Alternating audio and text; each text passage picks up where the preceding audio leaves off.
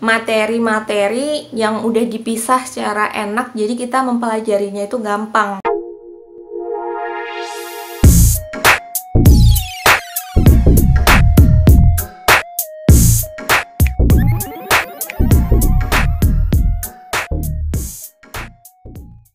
Hai semuanya, Assalamualaikum warahmatullahi wabarakatuh. Terima kasih sudah mampir ke channel aku Jati Setia. Kali ini aku pengen ngejawab salah satu pertanyaan yang cukup sering teman-teman tanyain, yakni tentang buku-buku apa aja sih yang aku pelajarin dulu buat bisa masuk ke SIMAK UI. Nah, kali ini aku akan ngejawab secara lengkap pertanyaan tersebut. Makanya jangan skip, pastiin kalian nonton dari awal sampai akhir. Jangan lupa subscribe buat yang belum, dan jangan lupa komen, like, dan juga share-nya ya. Oke? Ya udah yuk, langsung aja. Perlu teman-teman ketahui bahwasannya materi yang diujikan pada SIMAK UI Ekstensi itu ada dua nih. Yang pertama adalah materi TPA, yang kedua adalah materi bahasa Inggris. Nah, aku pernah bikinin video penjelasan detail tentang keduanya di sini. Teman-teman bisa simak buat yang belum nonton. Nah, sekarang aku akan bahas dari yang bahasa Inggris dulu ya.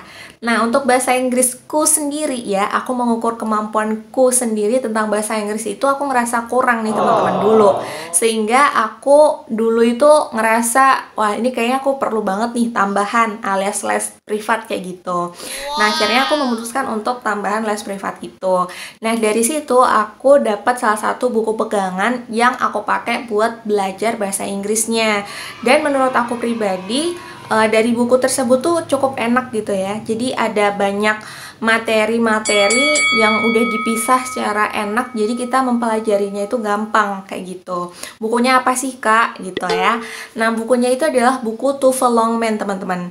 Nah, buku TOEFL Longman ini yang aku pakai untuk belajar persiapan bahasa Inggrisku untuk bisa lolos SIMAK UI Ekstensi. Nah, karena menurut aku dari soal-soal SIMAK UI Ekstensi yang bahasa Inggris itu soal-soalnya itu adalah mirip dengan soal-soal TOEFL teman-teman. Dan ketika aku belajar pakai buku TOEFL Longman ini itu cukup membantu karena di situ ada penjelasannya, ada contohnya, kemudian ada soalnya gitu kan. Nah, jadi kita kayak dibimbing banget gitu lewat buku tersebut, dan perbagian bukunya itu sudah terbagi dengan baik kayak gitu. Menurut aku sih itu cukup rekomen deh untuk teman-teman pelajarin. Nah, aku dulu sih dapatnya itu versi PDF-nya, teman-teman.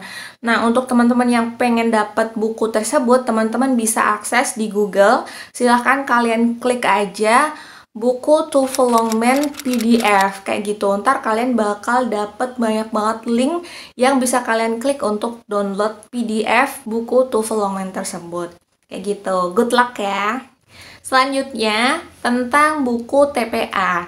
Nah, untuk TPA sendiri, jujur nih ya, dulu itu aku banyak download dari soal-soal TPA di internet tuh teman-teman.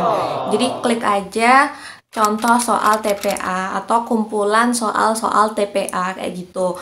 Nah, nanti dari situ aku download semuanya, kemudian aku cetak, kemudian aku jilid, dan aku belajar dari situ. Tapi kalian cari aja yang ada TPA, soal TPA dan juga pembahasannya kayak gitu. Terus yang kedua itu adalah aku beli di toko buku teman-teman. Jadi terserah sih, nggak harus yang merek A, B, C, D, E, itu terserah. Yang penting di toko buku itu kan biasanya ada ya tes TPA, buku latihan TPA, ya udah beli aja. Aku nggak mengharuskan kalian harus beli yang merek ini, yang penerbitnya ini, enggak. Menurut aku sih sama aja sepanjang itu adalah buku latihan soal TPA kayak gitu. Nah, tentunya kalau kalian beli dari banyak penerbit, tentunya itu akan makin bagus gitu ya, karena itu akan memperkaya jenis-jenis soal yang kalian ketahui gitu. Karena kalau kita hanya dari buku A doang, maka ya udah pengetahuan kita ya hanya berasal dari situ gitu. Lain halnya ketika kita belajar juga dari buku B, C, D, E, dan seterusnya kayak gitu. Jadi saran aku adalah untuk TPA, kalau aku sendiri ya, aku dulu itu beli dari buku yang ada di toko buku. Terus yang kedua adalah aku print sendiri dari soal-soal dan pembahasan buku-buku TPA yang bisa aku download dari internet kayak gitu. Jadi intinya perbanyak aja buku-buku dan latihan soal, nggak hanya dari satu sumber tapi dari berbagai sumber kayak gitu. Semoga membantu ya. Baiklah teman-teman, demikian tadi penjelasan aku tentang rekomendasi buku-buku apa saja yang aku pelajarin untuk bisa lolos SIMAK UI Ekstensi. Harapanku tentunya teman-teman semuanya juga bisa mengikuti jejak aku untuk lolos SIMAK Ekstensi UI juga. Kalau teman-teman masih punya pertanyaan yang mengganjal, kalian bisa komen di bawah. Jangan lupa like dan juga share-nya, biar makin banyak orang tahu dan terbantu dengan penjelasan video ini. Pastiin jangan lupa subscribe dan aktifin loncengnya biar kalian jadi orang pertama yang dapat update informasi tentang Ekstensi UI. Akhir kata, wassalamualaikum warahmatullahi wabarakatuh. Bye-bye!